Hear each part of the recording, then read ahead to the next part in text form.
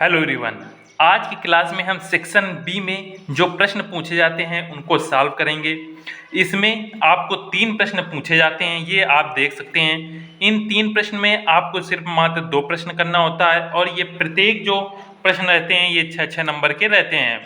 इसमें जो पहला प्रश्न रहता है वो 2 का करके रहेगा कि 4.2 सेंटीमीटर के ऊंचाई में ये जो ऊंचाई है ये ऊंचाई आपको बदलती रहेगी तथा ऊंचाई में छापे वाले बड़े अक्षरों में प्रकाश व छायायुक्त हिंदी अथवा अंग्रेजी में संचालक अथवा डायरेक्टर शब्द लिखिए। यहाँ पे आपको जो प्रश्न आएगा उसमें ऊंचाई यहाँ पे चेंज करके दी जाएगी और यहाँ पे संचालक या डायरेक्टर जो भी यहाँ पे वर्ड है इसको चेंज कर दिया जाएगा और बाकी क्वेश्चन सेम रहता है। इससे रिलेटेड आपको हिंदी में आप लिख सकते हैं या इंग्लिश में लिख सकते हैं। ये 6 नंबर का पूछा जाता है। इसको अभी जल्द शुरू किया जाएगा क्योंकि अभी जो सम्मित चित्र हैं वो हमारे ए से लेकर यम तक कंप्लीट हो चुके हैं। बाकी यम से लेकर जो जेड तक सम्मित चित्र हैं उनको कंप्लीट करवाना शेष है, इसलिए ये 2 का नहीं शुरू किया जा रहा। जल्दी ये कंप्लीट करवाने के बाद ये 2 का कंप्लीट करवा दिया जाएगा।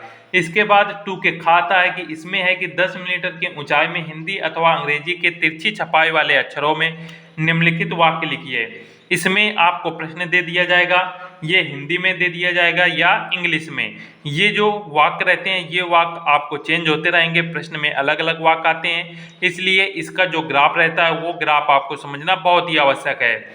इसके बाद इसमें एक यदि आपको ये खा वाला प्रश्न नहीं करना तो इसमें अथवा करके एक प्रश्न और ये दे रखता है कि एक विकर्ण मापनी की रचना कीजिए जिसका ये आपको नाप दे रखा है। तो इसमें आपको विकर्ण मापनी की रचना करनी है। यदि आपको ये 2 का खा नहीं करना तो आप ये विकर्ण मापनी का कर सकते हैं। तो आज हम ये जो 2 का खा नंबर है जिसमें 10 मिलीमीटर की ऊंचाई में हिंदी अथवा अंग्रेजी के तिरछी छपाई वाले अक्षरों में ये वाक्य लिखना है। आज वाक्य लिखेंगे टाल्क लेस वर्क मोर। शुरू करते हैं। सेंटेंस को लिखने से पहले हमें इसमें ग्राफ बनाना बेहद आवश्यक है। इसकी जो लंबाई रहती है वो अपनी इच्छा अनुसार आप इसमें खींच सकते हैं और इसकी लंबाई थोड़ा आपको अधिक ही रखना है क्योंकि जितना बड़ा सेंटेंस होगा उसकी लंबाई उतनी अधिक रहती है।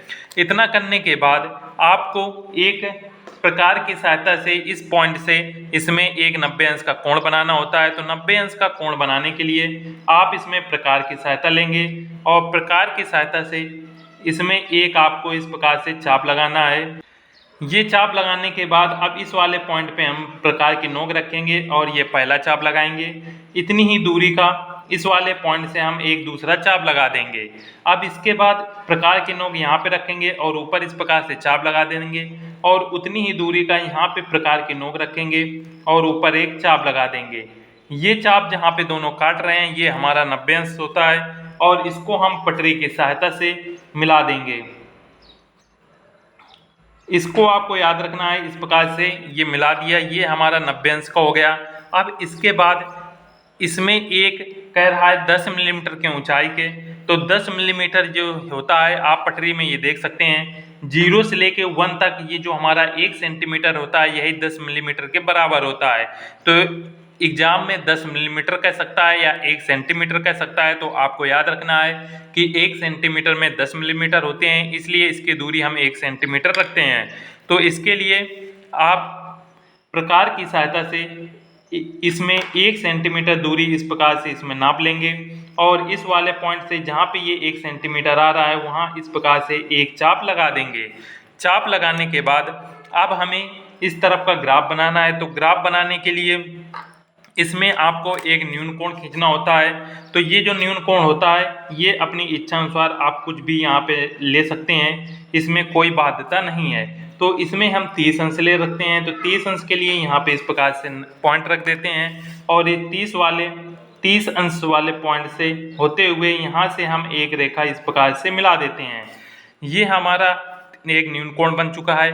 अब इसमें हमें 2:3:2 का यहाँ पे नाप रखना होता है। तो इसके लिए ये जितने हमारी रेशियो है 2:3:2 इनको ऐड करेंगे तो ये टोटल हमारे 7 आएंगे।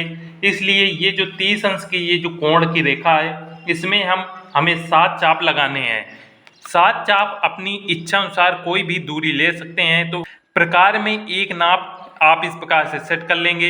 ये कितनी भी छोटी बड़ी आप कर सकते हैं, जितने बड़ा करेंगे ये ग्राफ उतना ही बड़ा रहेगा, इसलिए एक छोटी सी नाप इसमें ले लेंगे और इस प्रकार से सेट कर लेंगे। इसके बाद प्रकार की नोक यहाँ पे रखेंगे और इसमें पहला चाप इस प्रकार से लगा देंगे, फिर उतनी ही नाप के दूसरा यहाँ पे चाप लगा देंगे। इसी प्रकार से हमें इसमें 7 चाप लगाने हैं।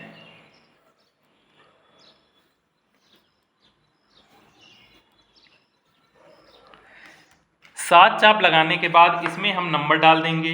ये हमारा हो गया 1 2, इसके बाद यहाँ पे 1 2 3 और फिर 1 2। इस प्रकार से ये नंबर डालने के बाद ये जो 2 का पॉइंट आ रहा है, इस 2 वाले चाप को हम, ये जो हमने यहाँ पे 1 सेंटीमीटर दूरी का यहाँ पे पॉइंट रखा था, ये चाप लगाया था, इस चाप से हम मिलाएंगे। तो इसके लिए आप पटरी की सहायता से इसमें इस दूरी को हम मिला देंगे। इस प्रकार से इसमें हम ये दूरी मिला दिया, ये हो गया 2 का रेशियो। अब हमें ये 3 का रेशियो निकालना है, तो 3 का रेशियो निकालने के लिए आप ये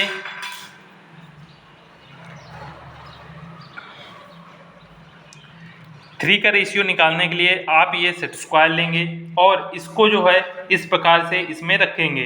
ये जो हमने रेखा खींची है 2 से होते हुए इसमें इस प्रकार से रेखा खींचते हैं और पटरी को आप इस प्रकार से इसमें लगा लेंगे। पटरी को सीधे लगाएंगे। अब पटरी आपको हिलानी नहीं है, ये जो सेट स्क्वायर है इसको आप नीचे की ओर लेके आएंगे।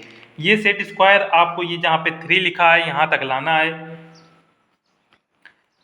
सेट स्क्वायर को इसके नीचे बिल्कुल इस प्रकार से लाएंगे, जहाँ पे ये 3 वाले पॉइंट पे आ जाएगा वहाँ पे इस वाली रेखा में हम एक पॉइंट इस प्रकार से रख देंगे। ये जो पॉइंट रखेंगे ये पॉइंट हम यहाँ पे रखेंगे। इसके बाद पुनः हम इसी वाली रेखा पे अपना सेट स्क्वायर रखेंगे और पटरी को इस प्रकार से रखेंगे।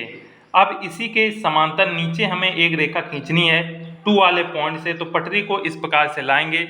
आप ये देख सकते हैं पहली रेखा जो रहती है इस 2 वाले पॉइंट से यहाँ तक हमने ये जो दूरी रखी थी यहाँ तक ले लिया। उसके बाद दूसरी जो दूरी रहेगी वो तीसरे वाले चाप से यहाँ पे एक हमने जो पॉइंट रखा था इस वाले पॉइंट को हम इसमें मिला देते हैं।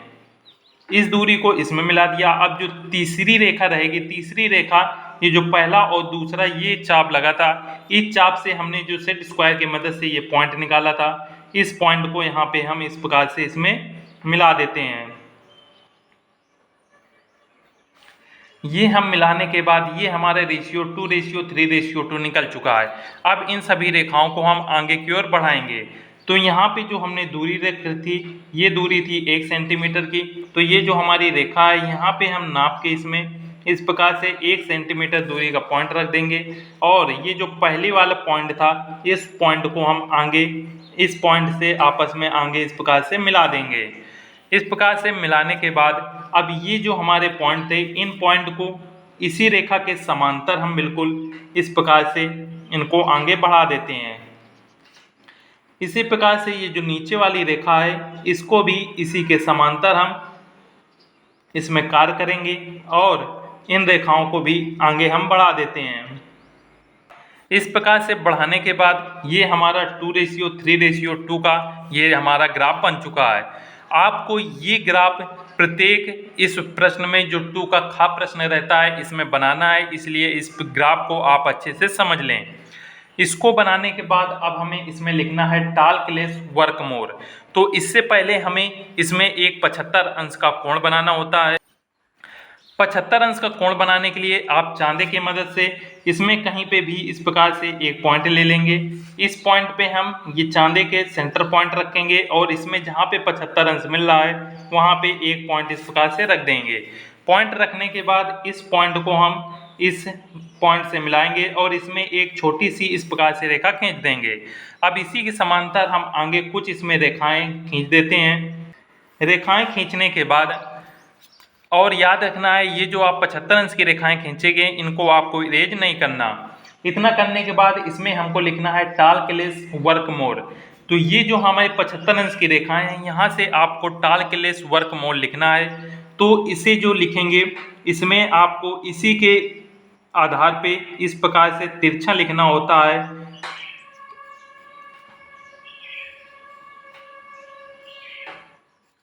ये हमारा हो गया टाल्क। अब इसके बाद इसमें लिखेंगे लेस। ये टाल्क लेस वर्क मोर।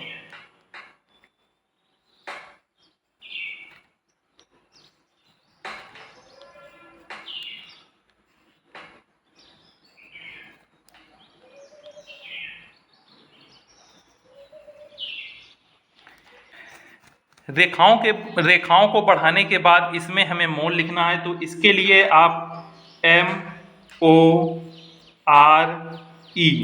इस प्रकार से ये लिख देंगे। और जहाँ से ये रेखाएं समाप्त हो रही हैं वहाँ पे हम एक सीधी इस प्रकार से ये रेखा खींच देंगे। और इसके बाद जितनी भी ये एक्स्ट्रा लाइनें हैं इन सभी को हम इरेज कर देंगे। और ये जो हमारी 75 अंश की रेखाएं थी इनको हम एक बराबर कर लेते हैं और इनको भी इस प्रकार से इरेज कर देंगे। और इसमें आपको दो चीज़ें याद रखनी है कि जो ये अक्षरों का ये जो रेशियो रहता है ये 2:3:2 रहता है। और अक्षरों का झुकाव कोण जो रहता है, अक्षरों का झुकाव कोण 75 अंश रहता है।